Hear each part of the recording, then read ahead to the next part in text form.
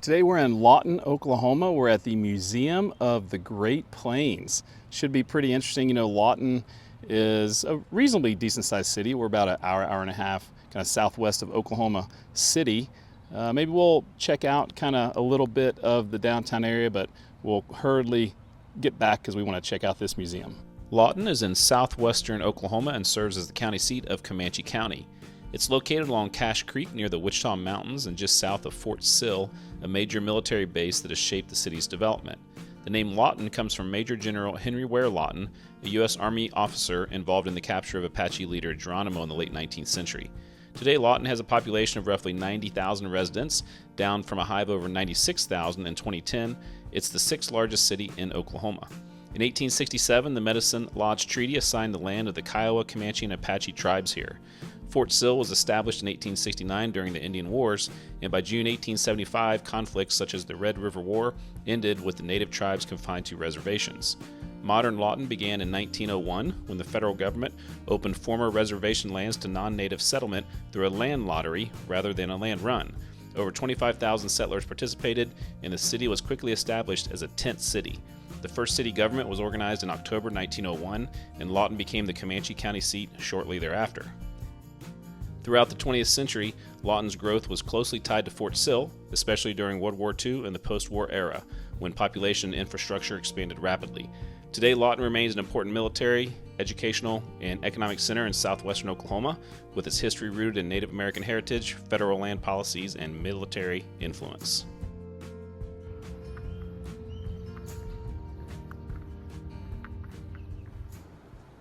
And now you can see we are in the lobby area. They have a gift shop here as well. Walk into the kind of foyer area here in the beginning. So the museum evolved out of the Comanche County Historical Society, which was formed in 1952. And after a few years of exhibiting its collections in a building at Fort Sill, the Historical Society planned the construction of a new permanent facility. And you can see talking about the different kind of general power you can get here in the Great Plains. But they opened this new museum in 1961. It was 18,000 square feet, and then they eventually got it to 25,000 square feet. So it's a really nice museum. You can see they've put some work in making it kind of artistic and creative here at the beginning with all the different famous people from the Great Plains. So the Great Plains is a large region, not just in Oklahoma, but covers a large region here in the United States.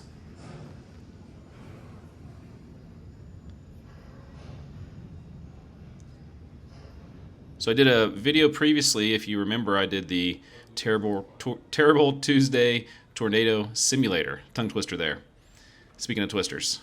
And if you want to watch this whole video, make sure to go back and check that out on my channel. I recorded this whole tornado simulator. Very fascinating to check out. And if you go to the museum, certainly one of the highlights of the museum that you'll want to see.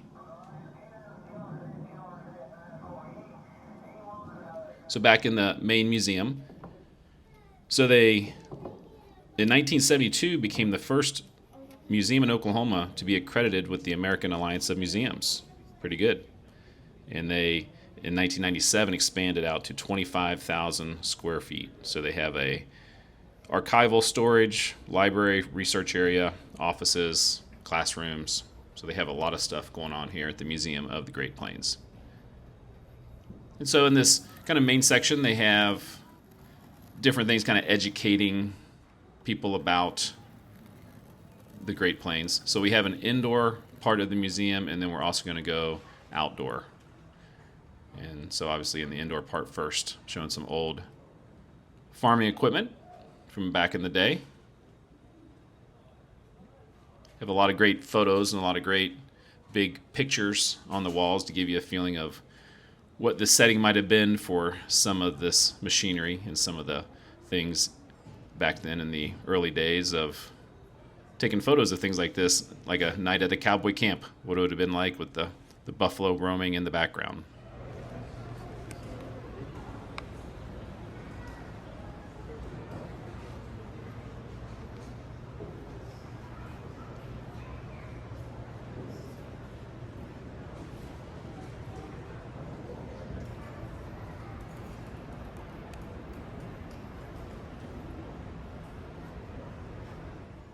You can see there's some historical significance for the city of Lawton. Kind of talked about Lawton in the intro, and there is some good history here about the beginnings of Lawton. So pretty interesting town.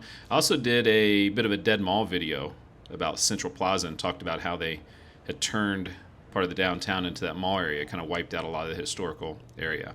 But Lawton was basically a tent city in its early days. As you can see there, and this would be an example of some of the temporary structures they would build here in the early days of Lawton.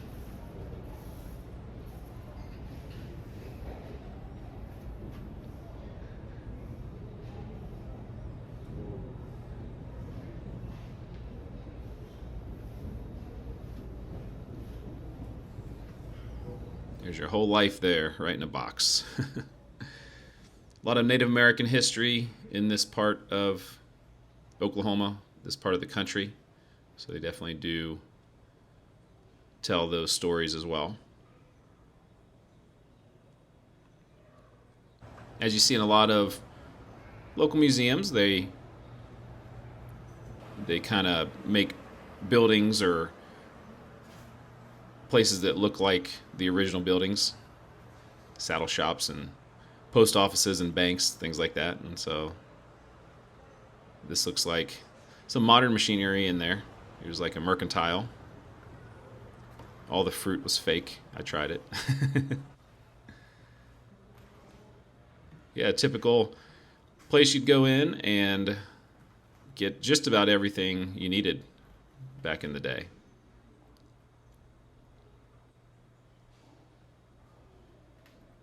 I really like that calendar, 1905 calendar. And obviously the newspaper was a huge part of early days of towns. Promoting the town, any kind of news you got obviously was from the newspaper. There's some original machinery that they would use there to crank out the press for the people.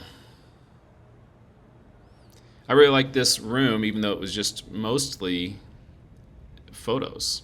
But there are some amazing photos. So I'm going to show you as many photos as I can. It goes from the beginning days of the tent city that we talked about with Lawton in 1901. And you can see how the town grows with some buildings. But these are just some fantastic photos.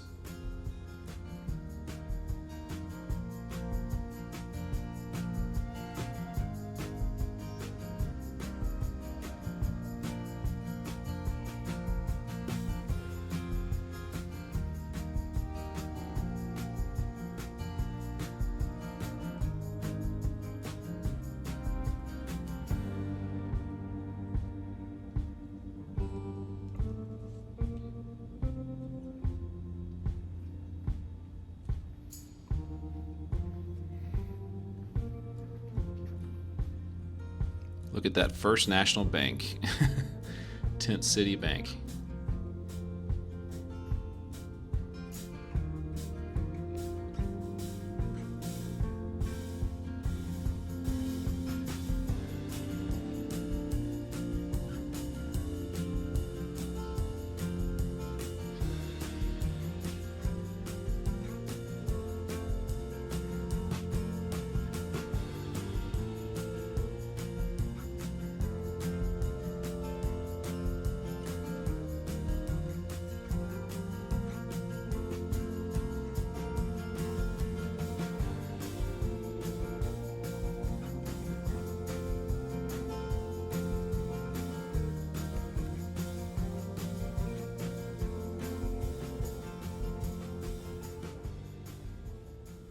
Imagine those early days with as windy as it gets in these parts that some of those tents didn't last very long. There's the Indian police and then the city police, and then you start to see the town developing, the main street here.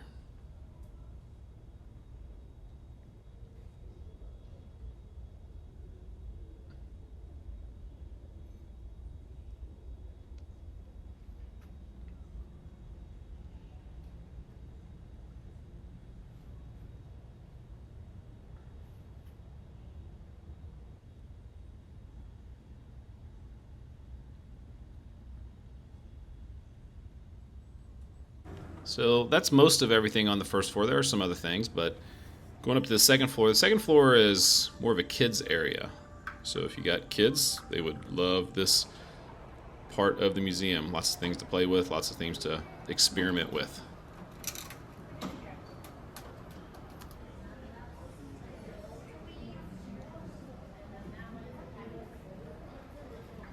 And this is their theater slash classroom. They're showing a video there about, I believe, about the Native American Geronimo. Heading outside, let's see what they got on the outside. One thing they have are prairie dogs everywhere. Pretty friendly, but you get too close and they'll duck down into their holes. There are these everywhere on the grounds.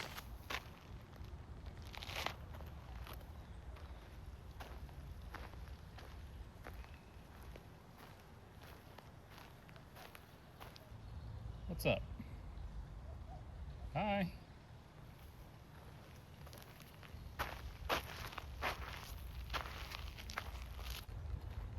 They have an old depot over here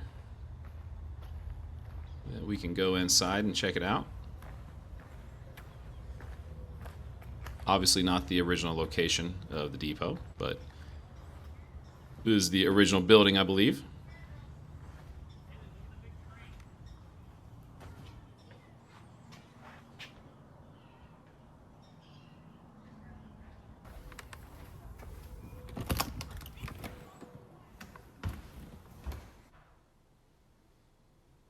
Pretty interesting to just see what it's like inside and some history on the railroads in this part of Oklahoma. Lots of old farm equipment. So much, they just put it all under one roof over here.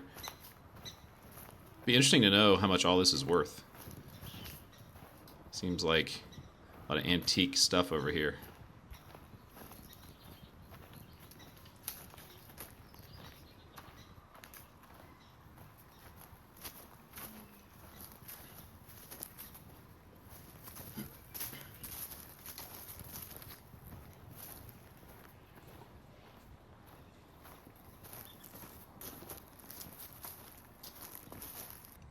Here's an old school, and there's some interesting things in here. Obviously, the inside of this one-room school is interesting to see what it might have been like. I always think of Little House on the Prairie when I see stuff like this, because I watch this show all the time.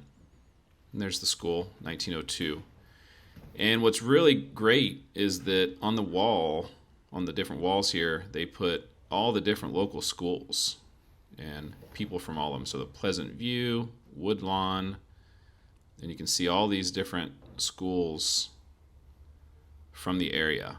I really liked seeing that because I like finding old schools out in the middle of nowhere sometimes, and a lot of these would have been just out in the prairie area in the Great Plains.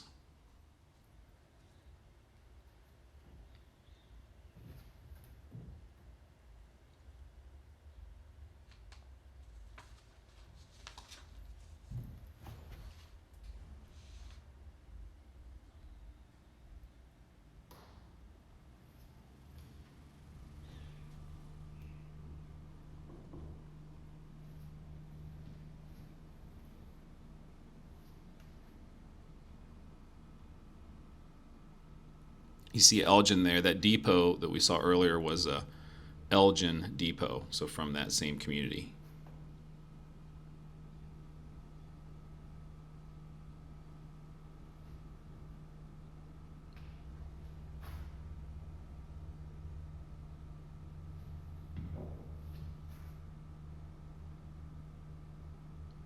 What's interesting here is you see that group of kids right there, and then here's some of them that came back.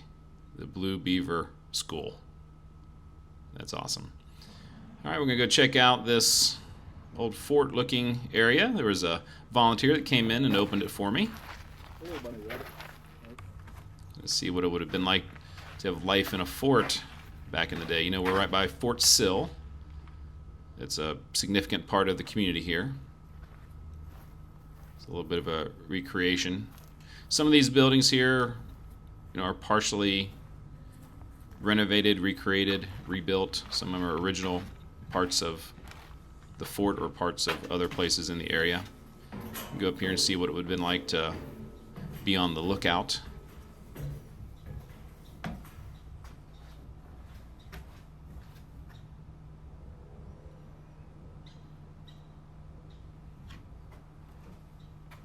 Nice comfy accommodations there.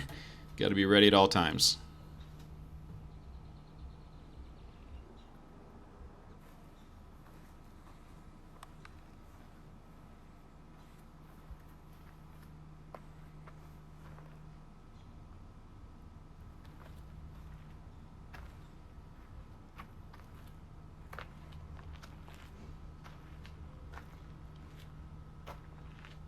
It was great. I went in and got a little bit of education from the volunteer who told me all about the history of the area, history of some of these buildings. So in the description of the video, I have a link to a full-length video of this chat with this gentleman here.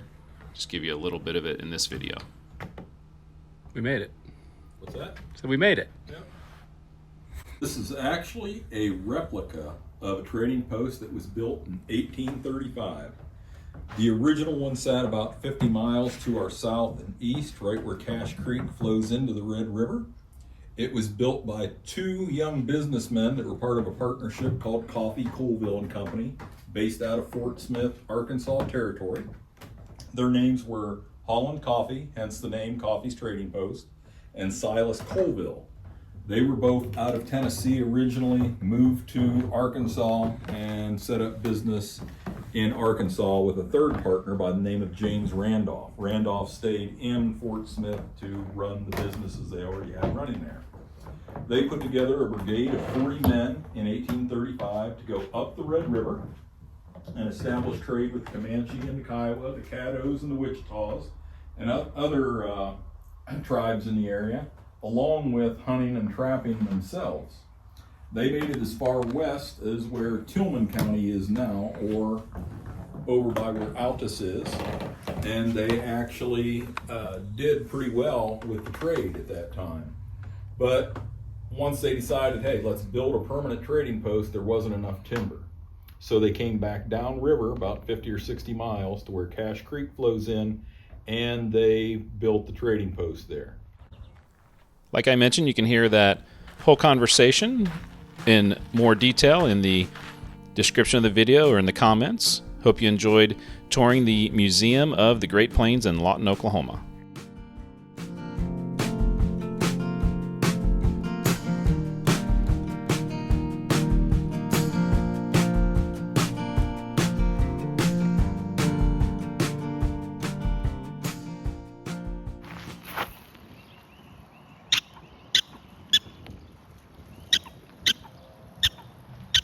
Coming to get you.